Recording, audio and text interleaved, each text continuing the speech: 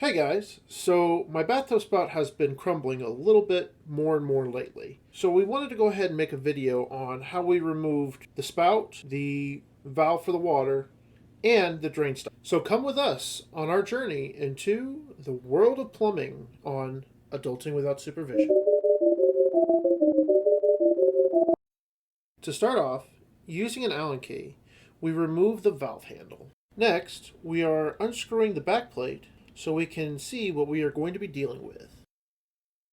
When it comes to removing the spout, there are two ways of doing it. The first of the two happens to be a version that goes onto the pipe and is in place by a bolt that comes with the faucet. While the second one, which we'll be showing here, needs to be removed by unscrewing it from the pipe. So enjoy my struggles as I try to get this frickin' thing off of here.